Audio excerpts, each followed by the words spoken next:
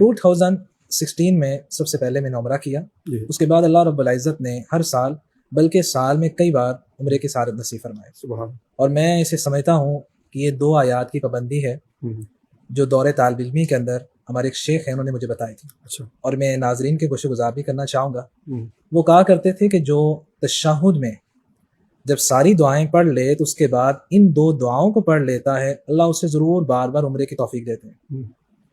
اور اس وقت کوئی دعا مانگی بھی جا سکتی ہے، جس طرح کہ صحیح بخاری میں نبی اکرم صلی اللہ علیہ وسلم کا فرمان ہے ثم لیتخیر من الدعاء اعجبہ الیہ فیدعو. جب تشہد کی ساری دعائیں پڑھ لیں جو پھر جو دل میں آئے تم مانگ سکتے ہو.